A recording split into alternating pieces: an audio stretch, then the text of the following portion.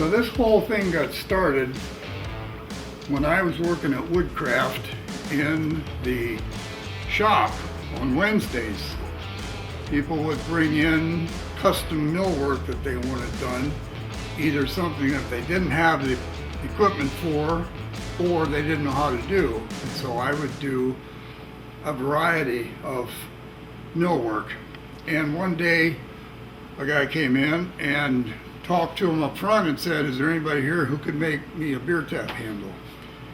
And they sent him back to me and he asked me that, and I said, "Well, I'm sure I can. What do you have in mind?" And he said, "Well, I'm starting a craft brewery and I would like to have a beer tap handle for when I put my beer into bars. I would like to have my own beer tap handle." And I said, "Well, all right." I said, "Let me come up with some shapes and we'll talk about it."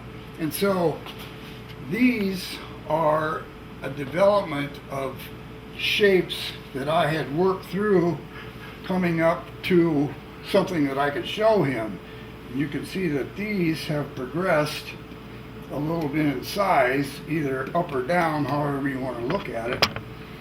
This particular one here I was asked to do for Dancing Kevin at the Blue Jackets games. He would get up and do his thing during the games, and so I put this together. Never really went far, but it was a good experiment.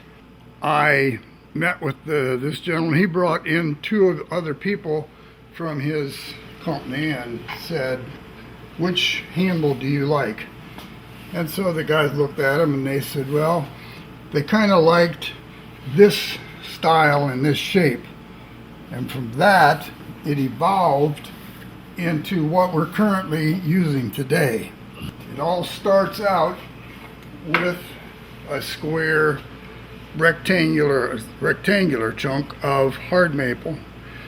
I cut it to length at 11 inches, drill a 1/2-inch hole in the end of it, and put in a brass threaded insert that has 3/8 11 by 16 threads in it, so it'll fit on a 3/8 bolt. So then after I get to that point, it goes over to the lathe and gets roughed out.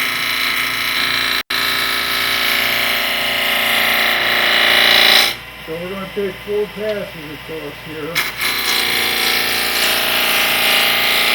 You need to get this end down to the small taper.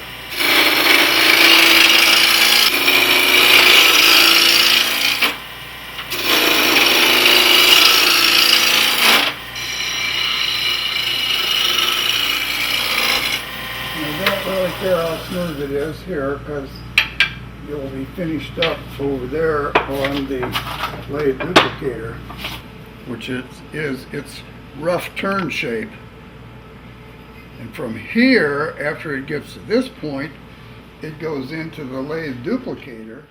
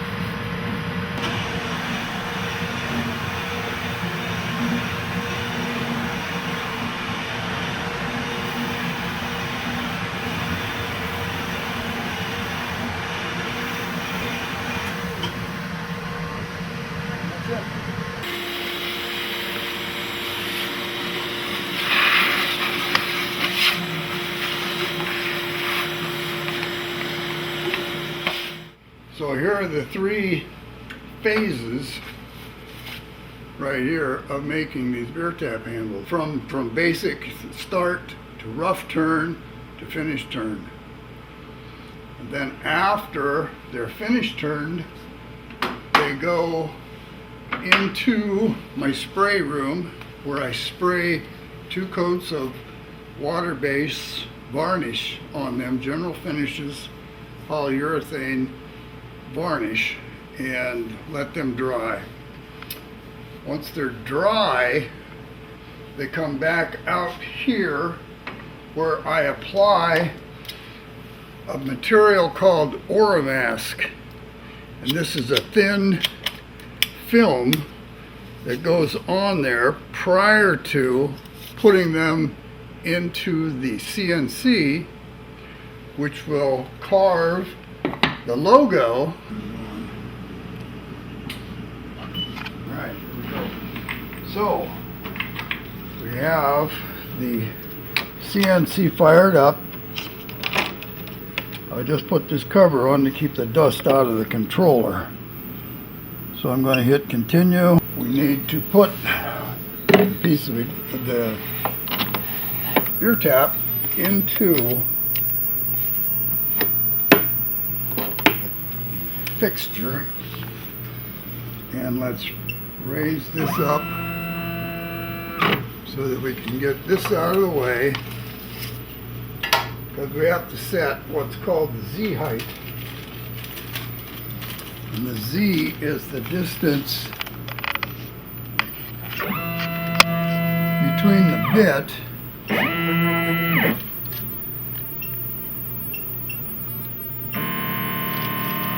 and the material, and run it down until it just touches that paper.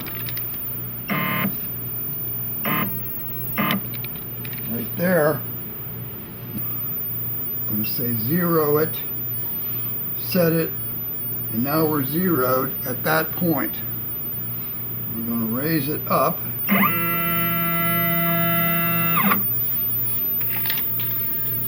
And I think we'll leave the dust shoe off while we do this. That way you can see what's going on. That'll make it a lot easier. So the next step is to plug the drive, thumb drive, in to the controller. Select the program that we want, which says Leaf V-Carve right here, and we'll hit next and make sure that everything's ready. Turn on the router.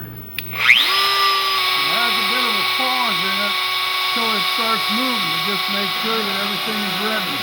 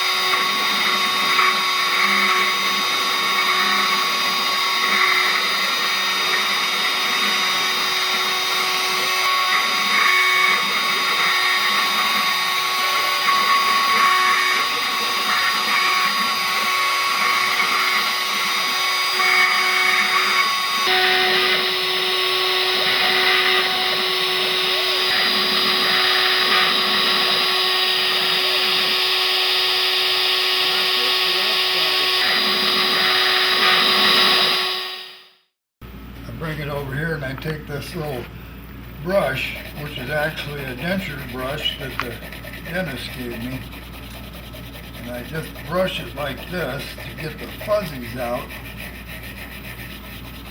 of the carving before I take it over and paint it. And you can see how well this stuff is stuck on there, that even in the smallest spots, brush doesn't take it off. We're going to get this tape off of here, and some of it's coming off, some of it isn't. So this is where the tedious part comes in. So I take this little pick and I begin to pick at it. To think that it sticks as good as it does in just these tiny areas and reveals the logo that's been turned on the CNC, not necessarily turned but engraved underneath it. This was his logo that he sent to me and asked me if I could put that on the handle. And then our original ones, when we first started out, did not say Wild Tea. That was an addition after the fact that we added Wild Tea onto there. Once I have it to that point, it's done. I package it, put it in bags of 10, and they're ready to be picked up. Now I'll say that once we started with this, he asked me to make him 5 of them, and I made him 5, and he came back a while later, and once he got going, and he said, okay, I need 10 more, and so I made him 10, and he came back and he said, all right, I want 25, and so I made him 25. Well, that progressed and progressed, and this started back, I believe, in 2016, progressed to where I now make them 100 at a time, and this order of 100 that I'm working on right here will put me between 900 and 1,000 of these that I have made for him. They're in many states on the east side of the Mississippi, north and south of the United States. So he has expanded quite a bit. So I'm happy to be a part of it. It's been a good project for me, and